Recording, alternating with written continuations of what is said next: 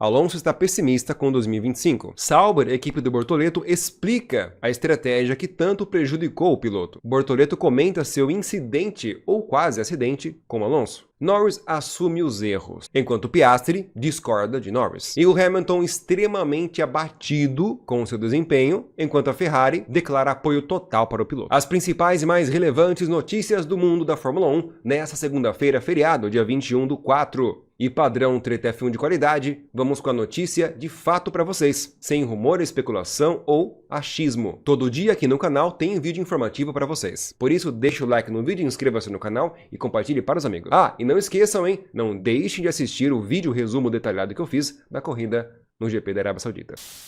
Após o GP da Arábia Saudita, o Alonso se mostrou muito pessimista. Só para lembrar vocês, Alonso até agora não alcançou o top 10. Na primeira e na segunda corrida ele se retirou, depois 11º, 15º e na última corrida 11º colocado. E após a corrida ele demonstrou sua grande frustração, dizendo que a 11ª colocação era o máximo que ele poderia alcançar. Ele deu tudo de si naquela pista e foi muito difícil manter o ritmo com os carros que estavam na sua frente, simplesmente porque a Aston Martin não era rápida o suficiente.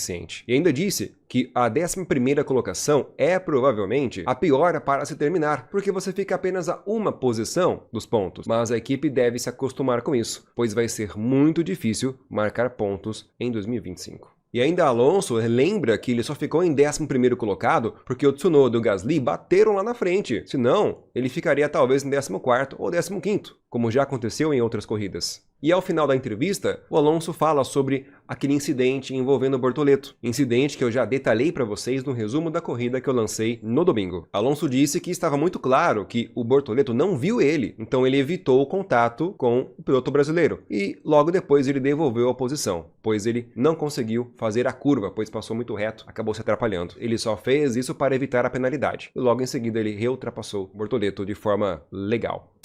E agora é a vez do Bortoleto comentar sobre o seu incidente com o Alonso. Até porque, pessoal, o Bortoleto foi advertido pela FIA pela manobra perigosa que fez. Esse é um take bem cortado para vocês, só para ilustrar, tá? Alonso vinha rápido atrás, o Bortoleto não viu ele e jogou para cima. Aí o Alonso, cara, passou muito próximo entre o muro e o Bortoleto desviou dele. E o Bortoleto recebia muitas críticas por isso, até porque foi advertido pela FIA, por manobra perigosa. Então olha só qual foi a argumentação do Bortoleto sobre esse quase acidente. Ele reafirmou que ele não viu o Alonso, que ele só tinha percebido que tinha um carro atrás dele, que era uma Racing Bulls que estava ultrapassando o Bortoleto. Depois que a Racing Bulls ultrapassou, ele fez o apex da curva, como se não tivesse ninguém ao lado. Após o Bortoleto ter feito a manobra para começar a entrar na curva, ele disse que ele sentiu uma pancada forte na lateral do carro. E aí ele viu o Alonso e se assustou, mas aparentemente os carros não bateram, talvez foi alguma turbulência na aerodinâmica. E aí ele comenta que na Fórmula 1 você nunca para de aprender, porque a visão dos retrovisores do carro é muito limitado. E ele já ouviu isso de muitos campeões mundiais. Inclusive, pessoal, há pouco tempo atrás a Fórmula 1, a FIA, ela mandou aumentar o tamanho dos retrovisores dos carros, que eram muito pequenos. Então, esse problema de visão realmente é algo que acontece. E antigamente, aliás, não muito tempo atrás, acontecia com muito mais frequência. E ao final da entrevista, ele comenta, é claro, sobre o ritmo do Bortoleto na corrida. Reforço, para quem assistiu meu vídeo resumo da corrida, sabe que Bortoleto foi prejudicado, a Sauber fez uma estratégia muito doida com ele, fez ele rodar 48 voltas com o mesmo pneu, sendo que a corrida tem 50 voltas. E por óbvio, Bortoleto ficou em último lugar. E o colega de equipe dele, que é Hülkenberg, ficou em 15º lugar. 3 posições acima apenas. E Bortoleto comenta que é frustrante demais, porque ele tem um companheiro de equipe que é muito experiente. E ele criticou a comparação que o pessoal faz, que o Hülkenberg está melhor que o Bortoleto nas corridas. Mas ele diz que isso não é como se o Hülkenberg tivesse sempre no top 5. Não, não é isso. O Hülkenberg também não está pontuando com o carro. O Hülkenberg apenas venceu o Bortoleto. Terminou em 15º, o Bortoleto em 18º. Mas os dois estão fora da zona de pontuação e com um carro bem ruim. E ele finaliza dizendo que ainda são as primeiras corridas dele no ano. E mesmo assim, ele sempre consegue ficar muito próximo de Hülkenberg, que é um piloto muito experiente, tanto nas qualificações quanto nos ritmos de corrida. Então ele acha, na avaliação interna que ele faz, que ele está em uma posição decente, é um bom novato, mas ressalta que ainda tem bastante margem para melhorar, como piloto e principalmente a equipe melhorar o carro e a estratégia. E é justamente da estratégia que vamos falar agora. O que a Sauber fez que prejudicou tanto o Bortoleto na corrida? Bom, primeiramente a equipe já começou assumindo a responsabilidade. Vamos entender aqui. A equipe mandou o Bortoleto ficar na corrida e não entrar no pit stop. Então o Bortoleto completou 48 voltas, uma corrida que tem 50 voltas com o mesmo jogo de pneus. O Bortoleto estava facilmente 1 segundo mais lento que qualquer outro piloto na corrida. Foi uma lástima. O chefe da equipe, Jonathan, explicou que o time se dividiu nas estratégias dos dois pilotos para obter o melhor resultado possível. Ele disse que tudo dependeu da forma que a corrida começou. O Hülkenberg estava muito na frente do Bortoleto, então por isso a equipe usou estratégia diferente. Então a equipe adiantou o pit stop do Bortoleto, colocou pneu duro e mandou ele rodar até o final da corrida. Eles acharam que isso seria uma boa chance de obter um melhor resultado, dependendo se teríamos um safety car. Então a equipe, com o Bortoleto, estava apostando em um safety car. E de fato, se tivesse um safety car, o Bortoleto com pneus duros não pararia e outros carros parariam. Então provavelmente ele talvez subiria para o top 10. Se conseguiria manter aquela posição, aí é outra conversa. Mas essa estratégia que a Sauber adotou faz sentido, porém aquela coisa vai depender da sorte, se houver um safety car. E aí sobre a escolha dos pneus duros, a equipe disse que ela achou que os pneus duros era melhor para o Gabriel, mas infelizmente ele não conseguiu fazer nada. E o chefe da equipe assume toda a responsabilidade, dizendo que a equipe não deu a chance para o Bortoleto de treinar devidamente na pista.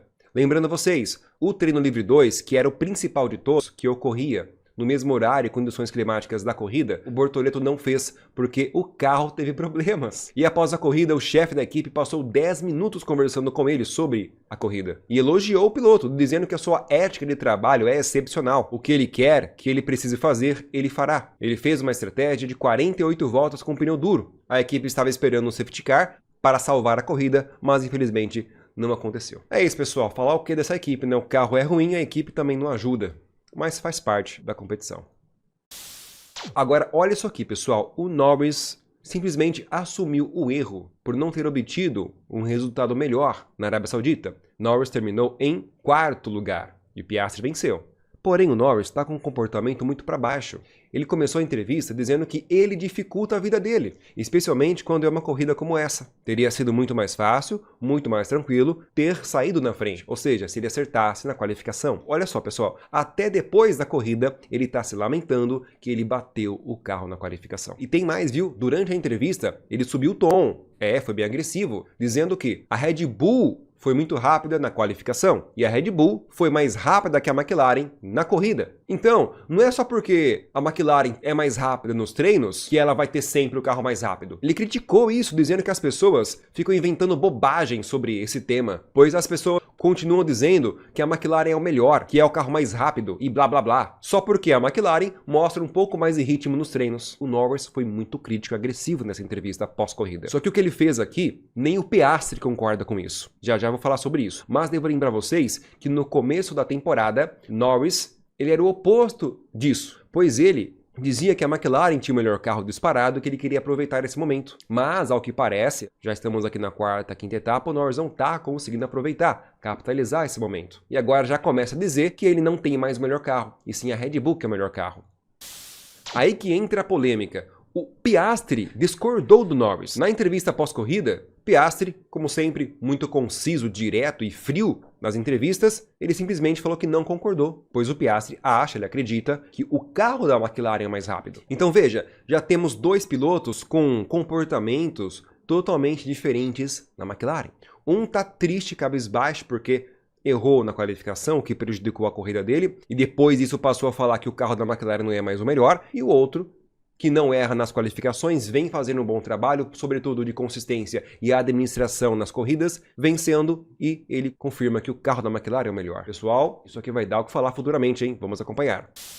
Agora vem o Hamilton, pessoal. Ele que está bastante triste, frustrado, e desabafa que este ano será doloroso para ele. Pois é, pessoal, saiu totalmente a hype que ele estava por pilotar na Ferrari. Vamos à entrevista dele. A corrida foi horrível, nada agradável. Só lembrando que ele terminou em 7º lugar e o Leclerc, parceiro dele, em 3º. E também, como eu já mostrei no vídeo resumo da corrida detalhada, o ritmo de corrida dos dois Ferraris estavam bem diferentes, desde a qualificação. Ele disse que estava deslizando por todos os lados, o carro não tinha aderência. No primeiro stint, o carro não estava virando, e foi uma grande frustração. No segundo stint, após o pit stop, ele encontrou um equilíbrio um pouco melhor, mas ainda faltava ritmo. Então sim, no geral foi muito ruim. Perguntaram para ele se ele tinha explicação para a dificuldade e problema dele no carro. Ele falou que não tem a resposta, ele apenas está tendo dificuldade com o equilíbrio. Ele está lutando para se sentir dentro do carro. Então não é nada muito específico. Não é nada específico no sentido de, opa, esse é o problema, é só mudar isso que eu vou ficar bem. Não, simplesmente é o conjunto total da obra. Piloto e carro não estão funcionando. Ele está muito frustrado mesmo, pessoal, dizendo que, mesmo em Miami, que normalmente em Miami o pessoal traz atualizações, ele ainda acha que estará com problemas e não sabe por quanto tempo ele continuará tendo problemas. Lembrando que a Ferrari antecipou uma grande atualização porque o Hamilton exigiu isso. E mesmo assim, o carro está ruim, pelo menos o dele, porque o do Leclerc está indo muito bem. E depois, é claro, na entrevista compararam ele com o Leclerc, porque o Leclerc anda bem, ele não. Qual foi a resposta do Hamilton sobre isso? Ele falou que o Leclerc está dirigindo muito bem, mas ele também dirige esse carro há muito tempo. Então, Leclerc definitivamente conhece muito bem o carro. E olhando nos dados, a telemetria dos dois pilotos, não parece haver grande diferença. Só que ele é mais lento nas curvas. E também ele ressaltou que as configurações dos carros são um pouco diferentes. E ele tem que ver se talvez é essa configuração diferente, pouca coisa, que esteja causando essa dificuldade para ele. Mas finaliza dizendo que no momento não há solução. E para ele acha que vai ser assim pelo resto do ano. Nas qualificações, se trata de extrair todo o potencial do carro, que ele não consegue. E na corrida, ele faz de tudo, tenta de tudo, mas o carro simplesmente não coopera. Nossa, pesado, pessoal. Que situação do Hamilton, hein? Estamos diante de um Hamilton frustrado. Ele já passou por isso na Mercedes. Trocou de equipe, estava super hypado e agora acabou completamente esse hype. E a Ferrari, para não deixar o Hamilton se abater, garantiu 2000% de apoio para o Hamilton. A equipe disse que só precisa ajustar o equilíbrio, mas eles vêm falando isso desde a primeira etapa. O chefe da equipe disse que a Ferrari vai tentar encontrar razões e soluções para trabalhar com o Hamilton. E que, honestamente, ele não está muito preocupado não. É só olhar para o que o Hamilton fez na China ou no Bahrein. Ele correu bem em alguns momentos. Então, o carro tem potencial. O Hamilton também. Os dois juntos têm potencial. Só precisa achar o equilíbrio. O grande problema está no equilíbrio. Porque ele reforça. O potencial do carro está lá. Os dados já mostraram isso, pelo próprio Hamilton. Só precisamos apenas ajustar o equilíbrio. O carro do Hamilton está sofrendo com superaquecimento nos pneus. Isso, de fato, é um ponto negativo, mas ele tem certeza que o potencial do carro está lá. E com o ajuste fino, vai entregar um carro competitivo para o Hamilton. Finalizou o chefe da Ferrari. Pessoal, que tabu o Hamilton está vivendo nesse carro, hein? E aqui vamos acompanhar de perto os episódios desta novela. Muito obrigado por assistir a esse vídeo, deixe o like, inscreva-se no canal e compartilhe para os amigos. Um abraço!